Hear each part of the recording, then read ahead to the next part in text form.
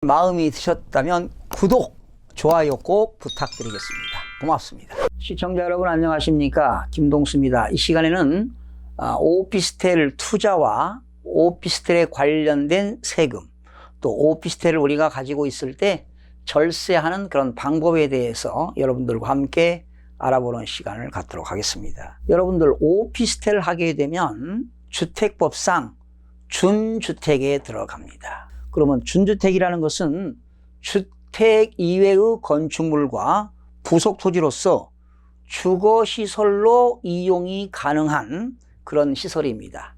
그러니까 주택은 아니지만 주택시설로 이용이 가능한 시설을 우리는 주택법상 준주택이라고 하는데, 이 준주택에는 4가지가 있습니다. 기숙사라든가, 그리고 다중생활시설, 노인복지주택, 그리고 오피스텔, 이렇게 4가지가 주택법상 준주택으로 보는 겁니다. 그래서 이렇게 오피스텔은 사용 용도에 따라서 상당히 중요시 되고 있는데요. 그러니까 오피스텔을 사무실로 사용하게 되면은 상업용 건물이 되는 거고요. 오피스텔을 주택으로 사용 용도가 주거용으로 사용한다면 주택으로 본다. 그러니까 오피스텔의 사용 용도에 따라서 달라진다는 것입니다. 사무실로 이용하면 상업용 건물이 되는 거고, 주거 목적으로 사용하면 주택이 되는 것입니다. 부동산 중에서 이렇게 소액으로 적은 금액으로 투자할 수 있는 것이 이제 바로 오피스텔이 되겠죠. 금액이 1억 이하짜리도 있고요. 지방에는 수천만 원부터 억 단위까지 있는데 1억, 2억짜리도 있잖아요. 그래서 이렇게 적은 금액으로 투자하기 좋은 상품이 오피스텔인데, 그렇다고 오피스텔을 무작정 투자하시면 안 됩니다. 부동산 투자 원칙에는 3가지가 있잖아요. 첫 번째는 안정성과 수익성. 사실은 이 오피스텔 안정성과 수익성은 있습니다. 그러나 황금성은 부동산은 없잖아요. 그런데 사실은 아주 입지가 좋은 역세권에 투자하게 되면 3가지가 다 충족될 수 있어요. 안정성도 있고 수익성도 있고 언제든지 처분이 가능하니까 황금성도 있는 것이 오피스텔이 되겠는데, 사실은 아무 데서나 이렇게 그렇다고 해서 오피스텔을 투자해서는 안 됩니다. 함부로 투자해서는 안 되죠. 특히 신도시 지역의 오피스텔, 이거 투자하는 것도 상당히 심혈을 기울여야 됩니다. 잘못하면 위험하거든요. 임대가 안 나가니까 공실이 생기니까 오히려 투자 가치가 없는 거지요. 집세가 들어와야 되는데, 임대료가 들어와야 되는데 임대료가 들어오지 않다 보니까 오히려 세금만 내고요. 공실이 되다 보니까 오히려 투자 가치가 전혀 없는 경우가 있습니다. 그래서 이 오피스텔을 투자할 때는 반드시 투자 원칙이 있습니다. 역세권 지역에 투자해야 됩니다. 역세권은 지하철에서 또는 5분 이내, 또 인구가 많이 그런 밀집된 지역, 5분 이내의 도보거리로 5분 이내인 지역이 좋고요. 산업 일자리가 새로 생기는 증가지역이라든가, 산업 일자리 생기는 그런 증가지역이라든가, 또는 소규모 정비 사업이 이루어지고 있는 곳, 또는 그 지역에 그 오피스텔의 그런 저평가 지역, 이런 지역에는 소액으로 이렇게 투자 가치가 있습니다. 그런데요, 우리가 이런 오피스텔을 가지고 있을 때 세금이 상당히 많습니다. 자, 여러분, 우리가 오피스텔을 취득하게 되면 취득세를 냅니다. 또 오피스텔을 가지고 있으면 재산세를 내기도 하고, 경우에 따라서는 종합부동산세도 내는 경우가 있습니다. 또 오피스텔을 양도했을 때 양도소득세를 내는 경우가 있고 안 내는 경우가 있습니다. 그러니까 그 오피스텔이 사용 용도에 따라서 세금이 달라진다는 것입니다. 오피스텔을 취득했을 때 무슨 세금을 내는가 한번 알아볼까요? 취득 시에. 우리가 취득 시에 내는 세금이 오피스텔을 취득했을 때 취득세를 냅니다. 일반적으로 오피스텔을 사무실로 사용하게 되면 상업용 건물로 보는 거죠. 상업용 건물. 그렇게 되면 취득세가 4%가 나와요. 실무상으로는 이제 4.6%인데요. 취득세만 내는 게 아니라 취득세 낼 때 농어촌 특별세 냅니다. 0.2%. 지방교육세가 나옵니다. 0.4%. 그래서 취득세가 4.6%가 나와요. 그러면 쉽게 오피스텔을 여러분이 1억에 분양을 받았다. 그러면 1억에 4.6%니까 460만 원의 취득세를 내는 겁니다. 예를 들어서 말이죠. 1억이다. 그런데 1억인데 이때 1억 속에는 건물분도 있고 건물분이 뭐 6천만 원이고 토지가 4천만 원이다. 그래서 분양을 1억에 받았다. 그러면 이 토지에 대해서는요, 부가가치세가 없습니다. 그런데 건물분에 대해서는 부가가치세가 있습니다. 10%. 그러면 600만 원의 부가가치세가 있는 거예요. 그러니까 1억짜리 오피스텔을 사게 되면은 취득세가 460만 원입니다. 그죠? 4.6%니까. 그리고 이 건물분에 대한 부가가치세가 600만 원이 들어가는 거예요. 그러니까 1억짜리 오피스텔을 사게 되면 취득세하고 부가가치세가 1000만 원이 넘게 들어가는 거죠. 460에다가 600만 원 더하니까 1060만 원이 세금이 되는 거예요. 그러나 이렇게 부동산을 취득했을 때 부가가치세 600만 원 낸 거를 환급받는 경우도 있어요. 어떤 경우에 환급받느냐? 처음에 그 분양 신청할 때 그 임대사업자 등록을 내게 되면 주택이 아닙니다. 그냥 사무실로 사용하겠다 하고 임대사업을 내게 되면 세무서로부터 부가가치세 600만 원을 조기 환급이 가능합니다. 그러니까 납부한 걸 다시 환급이 된다는 겁니다. 이렇게 해서 처음에 분양받을 때 세금이 1060만 원이 들어간다. 그러면 이런 것만 들어가느냐? 아니죠. 결과적으로 부동산 취득했을 때 취득세, 농어촌 특별세, 지방교육세에다가 부가가치세 10%, 600만 원에다가 또 인지세도 들어갑니다. 인지세는 1억에서 1억 원 초과 10억 원 이하짜리는 인지세가 15만 원이 들어갑니다. 만약에 여러분이 오피스텔을 분양받는데 5천만 원 초과 1억 원 이하 인지세요. 5천만 원 초과 1억 원 이하는 인지가 7만 원 들어갑니다. 그런데 1억 원 초과 10억 원 이하는 부동산 소유권 이전할 때 뭐 토지가 됐든 주택이 되었든 오피스텔이 됐든 상가가 되었든 모든 부동산 소유권 이전 등기할 때 인지세가 15만 원 들어가요. 그리고 10억 원 초과는 35만 원이 들어갑니다. 그러면 여러분 아파트를 10억 원을 초과해서 사게 되면 역시 인지세도 35만 원이 들어갑니다. 1억 이하는 7만 원이 들어가겠지만 인지세가 만약에 1억 원이 넘는다 그러면 인지세가 15만 원이 들어간다. 지금 뭐 1억에 분양받았으니까 1억 이하는 7만 원이 되겠지만 뭐 1억 1000이다.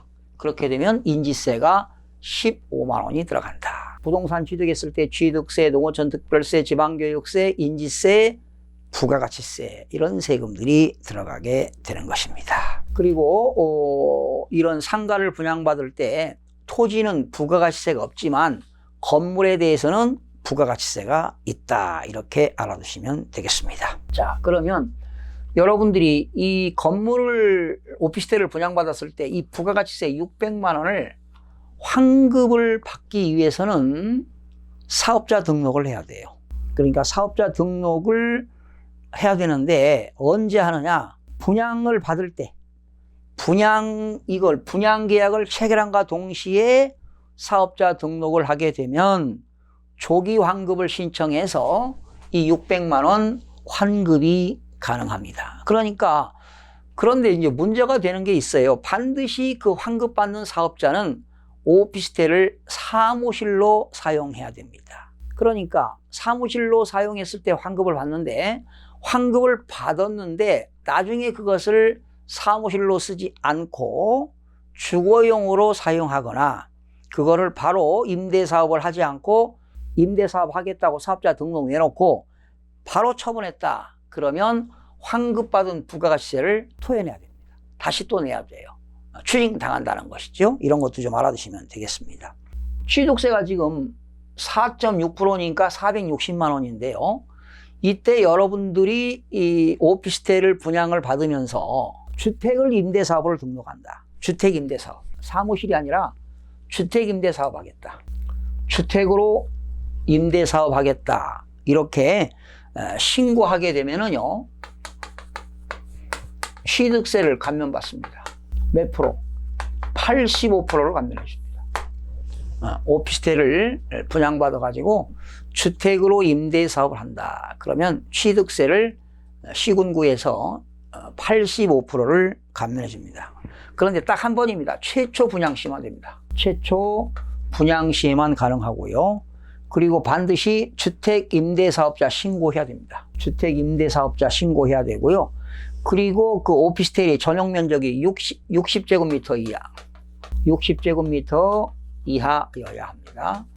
그리고 그렇다면 이제 85%를 감면받는데 역시 시군구에다가 취득세 감면 신청서를 작성해서 제출해야 됩니다.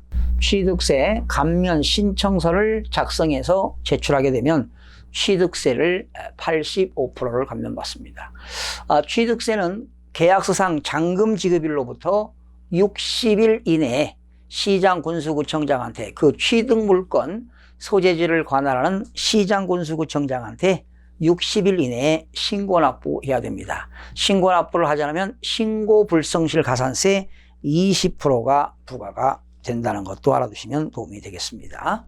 그러니까 여러분이 부동산을 그 오피스텔을 분양받을 때 사무실로 쓸 거냐 주거용으로 사용할 것이냐 이게 목적이 분명해야 됩니다. 그래서 세금이 이렇게 달라진다는 겁니다. 그렇잖아요? 사무실로 쓰게 되면 세금이 취득세가 4.6%인데 주택으로 임대사업에서 주거용으로 사용하게 되면 취득세를 85%를 감면한다. 그리고 주택으로 사용하게 되면 부가가치세 환급이 안 됩니다. 환급이 안 돼요. 다시요.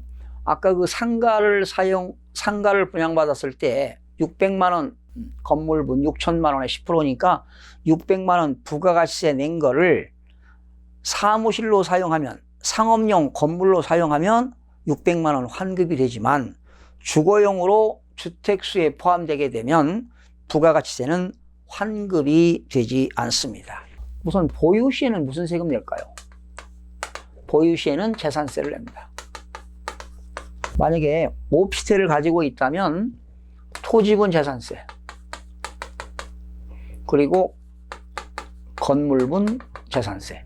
건물분 재산세는 7월 16일부터 7월 30일까지 내고요. 토지분 재산세는 9월 16일부터 9월 30일까지 내겠습니다. 자, 만약에 이게 이제 업무용일 때 그렇습니다. 그런데 이 주거용으로 사용하게 되면 주거용으로 사용하게 되면은 종합부동산세를 냅니다. 그런데 주거용으로 사용하는데 종합부동산세를 내긴 내는데 만약에 임대사업을 했다. 임대사업 등록을 했다.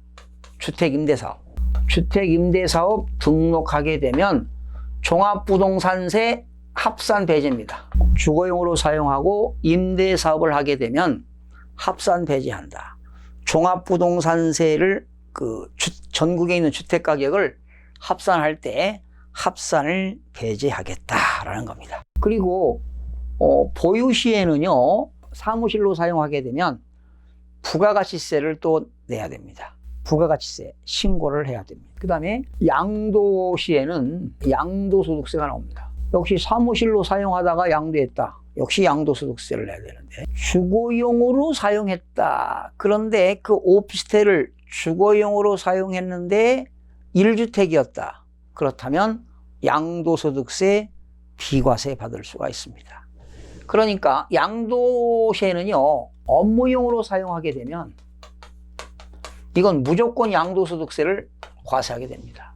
그런데 주거용으로 사용하게 되면은 비과세가 되는 경우도 있다. 1세대 1주택이라든가 일시적인 1세대 2주택도 비과세가 되는데 만약에 여러분들이 주거용으로 사용하는데요. 주택이 아파트가 2채가 있고 오피스텔이 있다. 그렇다면 1세대 3주택입니다. 또 여러분들이 아파트 한 채하고 오피스텔을 가지고 있다. 그런데 오피스텔을 주거용으로 사용하고 있다면 1세대 2주택에 해당하기 때문에 역시 팔게 되면 양도소득세를 과세하는 경우도 있더라 하는 겁니다. 그러니까 그 오피스텔을 주거용으로 사용했을 때 양도소득세 비과세가 되는 경우도 있고 양도소득세가 과세가 되는 경우도 있습니다. 사무실로 사용한다. 사무실로 사용한다는 것은 상업건물로 판단한다는 거예요. 상업건물, 상업용 건물. 아니면 주거용으로 사용한다. 주거용으로 사용하게 되면 이건 뭐예요? 주택이 되겠죠. 그랬을 때 취득세, 취득시, 그리고 보유시, 그리고 양도시 세 가지를 한번 살펴보도록 하겠습니다. 사무실로 사용하게 되는데 그렇다면 이 부가가치세 10% 낸 거 VAT 환급이 가능합니다. 환급을 받기 위해서는 분양계약을 체결할 때 사업자 등록을 내야 된다. 분양계약 체결 시. 분양계약 체결 시 사업자 등록을 내야 된다. 그렇다면 취득했을 때 환급이 가능합니다. 그러나 주거용으로 사용하게 되면 환급이 불가합니다. 주거용으로 사용하게 되면 환급이 불가합니다. 그리고 주거용으로 사용하게 되면은요, 주택임대사업자가 고려할 필요가 있겠죠. 주택임대사업자 고려가 필요하다. 주택임대사업자를 내야 돼요. 그렇다면 어떻게 됩니까? 취득세를 85% 감면을 받는다. 취득세 85% 감면 받는다. 그 다음에 보유했을 때 사무실로 사용하게 되면은 부가가치세 신고를 할 필요가 있습니다. VAT 신고가 필요하다. 부가가치세 신고가 필요합니다. 또 사무실로 사용해서 매월 집세를 받으면 임대료 수익이 있겠죠. 부동산 임대소득입니다. 지금은 뭐 임대소득이라는 말이 없어졌지만 이런 임대소득이 있다면 여기에다가 내가 직장을 다니는 사람들은 근로소득과 합산해서 세금 내야 되고 또 개인사업 한다면 사업소득에다가 합산을 해서 종합소득세를 매년 다음 연도 5월 1일부터 5월 30일까지 종합소득세를 신고해야 됩니다. 합산과세 해야 됩니다. 합산과세. 그리고 주거용으로 사용하게 되면 VAT를 신고할 필요가 없습니다. 부가가치세 신고할 필요가 없고요. 그리고 임대사업자 등록을 했다면 종합부동산세는 합산 배제가 됩니다. 종합부동산세 합산이 배제가 됩니다. 그 다음에 양도시에는 역시 양도소득세 신고해야 되겠죠? 양도소득세 신고는 양도일이 속하는 그 다음 날로부터 2개월 이내에 예정신고를 하도록 되어 있습니다. 주거용으로 사용하다가 양도했다. 역시 양도소득세 신고해야 돼요. 그러나 1세대 1주택 요건에 해당한다면 비과세가 되는 경우도 있어요. 아니면 1세대 2주택 3주택이라면 양도소득세가 과세되니까 당연히 신고하고 비과세가 안 되는 경우도 있습니다. 그래서 여러분 이런 경우입니다. 제가 1세대 1주택 아파트를 하나 가지고 있는데 오피스텔을 하나 샀습니다.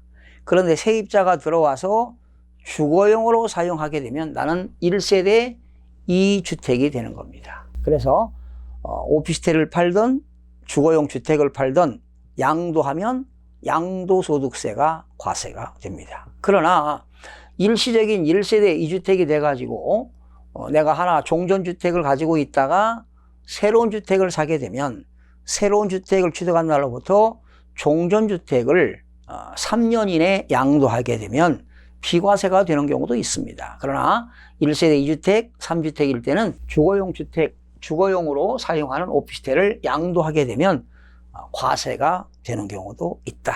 이렇게 알아두시면 되겠습니다. 그래서 여러분들이 이런 오피스텔을 투자했을 때는 주거용으로 사용하느냐, 업무용으로 사용하느냐에 따라서 세금이 달라진다는 사실입니다. 그러니까 여러분들이 이걸 보시면서 내가 부가가치세 환급을 받아야 되겠다 그러면 업무용으로 사용해야 되겠고, 부가가치세 환급이 안 될 때는 주거용으로 사용하게 되면 환급이 안 된다.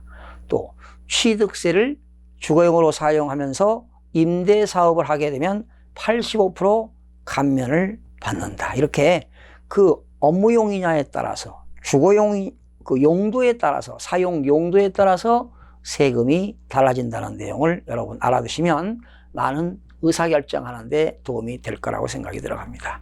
시청해주신 여러분 대단히 고맙습니다. 다음 시간에 찾아뵙겠습니다.